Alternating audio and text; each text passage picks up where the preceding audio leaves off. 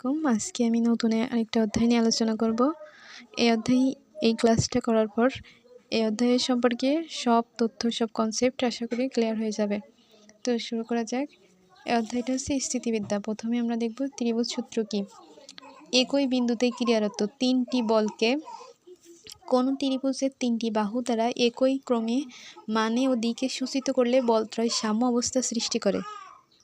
মানে ও ক্রমে একই দিকে সূচিত হলে সেটা সাম্য অবস্থা সৃষ্টি করে। যেমন এখানে তিনটা বল পি কিউ, যেদিকে কিউ একই দিকে এবং আর একই দিকে, মানে ও দিকে একই সূচিত করলে এটা একটা সাম্য অবস্থায় আছে। এই ত্রিভুজটা পি ভেক্টর যোগ কিউ ভেক্টর যোগ আর ভেক্টর ইকুয়াল টু 0 হবে। এখন দেখি এই ক্ষেত্রে পিটা যেদিকে গেছে কিউটা সেম দিকে, কিন্তু আরটা বিপরীত দিকে গেছে। তাই আমি লিখতে পারি পি ভেক্টর যোগ Q vector minus R vector equal to 0। এখানে আর ভেক্টরটা ওই পাশে নিলে হবে P vector plus Q vector equal to R vector. এখন দেখব সামান্তরিক সূত্র। ত্রিভুজের সূত্র দ্বারা প্রমাণ করা হয়। একটি সামান্তরিকের কৌণিক বিন্দু হতে অঙ্কিত দুটি সন্নিহিত বাহু দ্বারা দুটি বলকে মানে ও দিকে নির্দেশ করা গেলে সামান্তরিকের উক্ত কৌণিক বিন্দু থেকে অঙ্কিত কর্ণবল দ্বয়ের লব্ধির মান ও দিক নির্দেশ করে। দেখি আমরা সামান্তরিকটা দেখলেই যে বুঝতে পারবো। একটা সামান্তরিক, এখানে থিটা ইকুয়াল টু লব্ধির সাথে বলের কোণ, এটা হচ্ছে লব্ধি।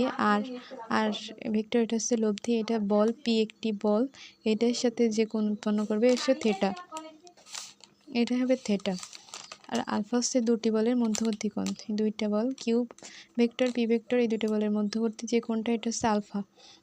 এখন আমরা এই কোণটাকেও থিটা বলতে পারি, কারণ এটাও লব্ধির সাথে বলের কোণ। এটা থিটা, এটাও থিটা।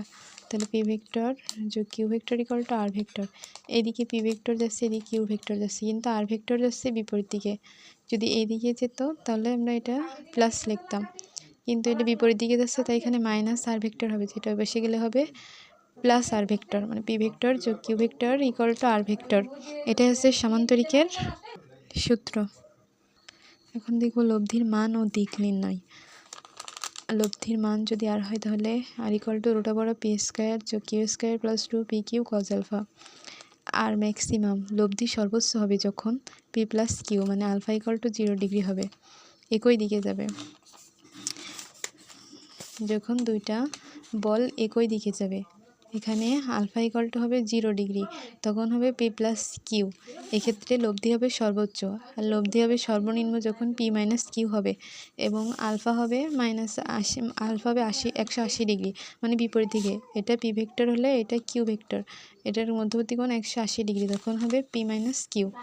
আর লব্ধি যদি 90 ডিগ্রি হয় তাহলে এটা পি ভেক্টর কিউ ভেক্টর। যদি 90 ডিগ্রি হয় তাহলে লব্ধি R equal to root over P square plus Q square. এখন সমান বলের ক্ষেত্রে দেখব, এটা খুবই important. P equal to Q হলে এবং আলফা ইকুয়াল টু 90 ডিগ্রি হলে লব্ধি হবে রুট টু পি, এটা আমরা শর্টকাট মুখস্থ রাখতে পারি এমসিকিউর জন্য। আবার পি ইকুয়াল টু কিউ হলে আলফা ইকুয়াল টু 180 ডিগ্রি হলে আর ইকুয়াল টু 0, লব্ধি হবে 0। পি ইকুয়াল টু কিউ হলে আলফা ইকুয়াল টু 120 ডিগ্রি হলে P equal to Q equal to R যদি 120 ডিগ্রি হয় তাহলে লব্ধি হবে দুইটা বল দ্বয়ের সমান। আর যদি আলফা ইকুয়াল টু 90 ডিগ্রি হয় তাহলে আর হবে root over P square plus Q square, যেটা হবে রুট টু পি। এটা হবে 180 ডিগ্রি হলে লব্ধি 0 এবং 120 ডিগ্রি হলে তিনটা সমান, লব্ধি এবং বল। এখন দেখব লব্ধির দিক নির্ণয়।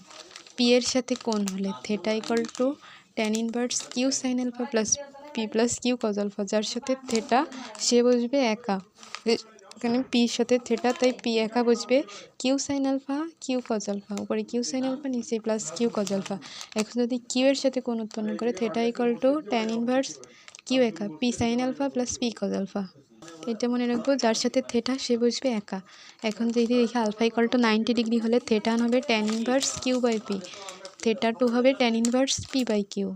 দুইটা কোণ হবে theta tan inverse Q by P, tan inverse P by Q.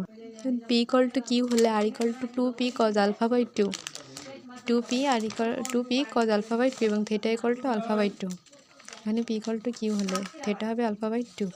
যদি ছোট বলের সাথে লব্ধি লম্বভাবে ক্রিয়াশীল হয় তাহলে লব্ধি হবে R equal to root over Q square minus P square. ছোটো বলটির সাথে লব্ধি থাকলে হবে root over Q square minus P square, এবং alpha equal to cos inverse minus P by Q, বা কজ ইনভার্স মাইনাস ছোটো মান ভাগ বড় মান। কিউ ইকুয়াল টু 2p হলে আলফা ইকুয়াল টু 120 ডিগ্রি হবে, মানে দ্বিগুণ হলে সেখানে আলফা ইকুয়াল টু 120 ডিগ্রি হবে। এবং লামির উপপাদ্য দেখব। লামি পদ্ধতির ক্ষেত্রে তিনটা বল সাম্য অবস্থায় আছে, একটা হচ্ছে আলফা কোণ, একটা বেটা কোণ, একটা গামা কোণ। এখানে P by sine alpha, Q by sine beta equal to R by sine gamma. বলটায় সাম্য অবস্থায় থাকতে হবে, এই বলটায় সাম্য অবস্থায় থাকলে আমরা এই সূত্রটা ব্যবহার করতে পারবো। এখন যদি P equal to Q equal to R হয়, প্রত্যেকটির মধ্যবর্তী কোণ alpha equal to beta equal to gamma equal to 120 degree.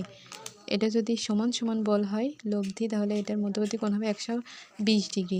যে কোনো দুটি বলের লব্ধি ও তৃতীয় বলের সমান হবে, যে কোনো দুটি বলের লব্ধি তৃতীয় বলের সমান হবে। এই দুইটা বলের লব্ধি এই তৃতীয় বলের সমান হবে, অথবা এই দুইটা বলের লব্ধি এই বলটার সমান হবে।